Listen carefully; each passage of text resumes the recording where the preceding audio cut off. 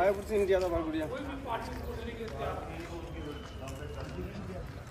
पहुंच गया हमारा इंडिया में घोराघुरी शेष एक दिन लगे घुरे आइसी बांग्लादेश ओके गेसला আজকে আয়া পড়ছি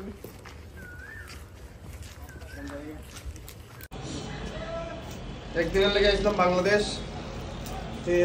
মগিয়া কালকে আইছিলাম আজকে ইন্ডিয়া কারণটা হইলো ভিসা এক্সপায়ার হয়ে যাব এর লাগে তাড়াতাড়ি আইয়া যেতে না গেলে প্রবলেম হইব যদি অটোমেটিক ভিসা এক্সপায়ার হয়ে যায় তাহলে প্রবলেম যাই ব্রাহ্মণবাড়ি আসলাম কালকে আজকে আবার আমবাসা বাংলাদেশ আইছিলাম তো সবে জানান কিরকম আইছি কিরকম না কই আইছি কত সময় লাগছে কত টাকা ভাড়া লাগছে সব তো দেখাইলাম তে আইছিলাম আমি আগরতলা থেকে ব্রাহ্মণবাড়িয়া কাউতলি বাজার আর ব্রাহ্মণবাড়িয়া বাজার এইখানে তো এটা হলো কাউতলি পয়েন্ট তো আজকে বাড়িয়ে গেছি আজকে ইন্ডিয়াতে ব্যাক করবো তো ব্যাক করার লাগে প্রথমে ওই স্ট্যান্ডে আইলাম স্ট্যান্ডে এই জায়গায় একটা বাস এটা তো আমার জন্মের আগের বাস মনে হয় এটা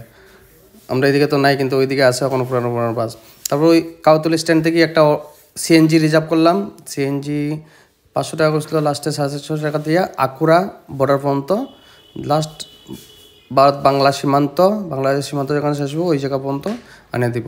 তো এলো এই বাংলাদেশের বাস ট্রাক অন্যরকম একটু আলাদা আছে আমরা এদিক থেকে তারপর তো চললো গাড়ি আবার আইলাম বাইপাস থেকে যেতে লাগবো আবার আমরা আখুরা তো এর মধ্যে সামনে পাইলাম একটা রেল তো রেলটা তো এটার উপরে মানুষ নাই এটা এক্সপ্রেস আর কি এক্সপ্রেস হলে মানুষ কম থাকে কিন্তু এক্সপ্রেস না হলে নর্মাল লোকাল গাড়ি থাকলে বেশি থাকে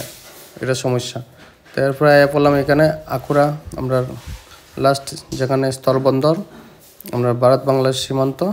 তো এখান থেকে তো এরপরে আস্তে আস্তে অটো ছাইড়া দিমু তো ওই জায়গা পর্যন্ত কাউতলি থেকে নিছিল 450 টাকা অটো ভাড়া রিজার্ভ তারপরে তো ওই স্ট্যান্ড লাস্ট আমরা এখানে নামিয়ে এরপরে ওই ইমিগ্রেশন এরপরে ব্যাংকে যেতে লাগবো অনেক কাজ আছে এখানে যাইলাম আর গেলাম এরকম কিছু না এসি ল্যান্ড কাস্টম স্টেশন তো ওইখানে ব্যাংকে ঢুকিয়ে ভ্রমণ ট্যাক্স দিতে লাগবো সোনালী ব্যাংকে ঢুকিয়ে আমরা যে বাংলাদেশ ঘুরছি একদিনের লাগেও ঘুরছি বলা ওইটার 1000 টাকা করে পার পার্সনে দিতে লাগে তো ওইখানে 1000 টাকা দিয়া দিলাম দিয়া পারে আবার এই হলো বাংলাদেশের শেষ সীমানা খুদা হাফিজ বাংলাদেশ আস্তে আস্তে খুদা হাফিজ হইয়া বাংলাদেশ থেকে ভারতে ঢুকে যাবো তো এটা একটা চেকপোস্ট এখানেও আবার পাসপোর্ট দেখাতে লাগে ভিসা নাম্বার দেখাতে লাগে এরপর এখানে এন্ট্রি করার পরে ইমিগ্রেশনের লাগে সারের সামনে তো এই ইমিগ্রেশন করার লাগে এখন আস্তে আস্তে এই বাংলাদেশের পুলিশের গাড়িটি ভিডিও তো দেখতে খুবই ভালো লাগে কিন্তু সামনে দেখলাম ফটো উঠলাম সুন্দরই লাগে তার গাড়িটা একটু আলাদা তো এই গেলাম বাংলাদেশের ইমিগ্রেশনও তো ওইখানে আমরা ফর্ম ফিল আপ করতে লাগবো যে আমরা কই গেছিলাম কি আশেপাশে কোন দিন গেছিলাম কোন দিন আইসি এগুলা দিয়ে ফর্ম ফিল আপ করতে লাগে আওয়ার সময় আর একবার যাওয়ার সময় 2 জায়গায় ফর্ম ফিল আপ করছি আওয়ার সময় কিন্তু বাংলাদেশের লোক যদি ইন্ডিয়া তাই ওই জায়গায় ফর্ম ফিল আপ করতে লাগে না কিন্তু আমি জানতাম না আমার বাংলাদেশের একজন বয়স্ক কাকুকে গেছিলো ফর্ম ফিল আপ করে দিতাম তারপরে আমি ফর্ম ফিল আপ করে দিয়েছি কিন্তু তাই বাংলাদেশের দিকে না লাগছে না তো হইলো 1000 টাকা রিসিট দিয়ে আয়া বললাম এই হলো 0 পয়েন্ট যেটা আমরা ইন্ডিয়া বাংলাদেশের লাস্ট জায়গা বাংলাদেশ থেকে বাড়ে ইন্ডিয়া ঢুকে গেলাম এখন এই হলো আমাদের ভারতবর্ষ বর্ডার সিকিউরিটি ফোর্স তো এই হলো আমাদের ইন্ডিয়া ওইখানে একটা বাস রাখা আছে শ্যামলী দূর থেকে দেখা যায় শ্যামলী বাস যায় বাংলাদেশ মানে আমরা আগরতলা আখুরা বর্ডার থাকিয়া ঢাকা থাকি আবার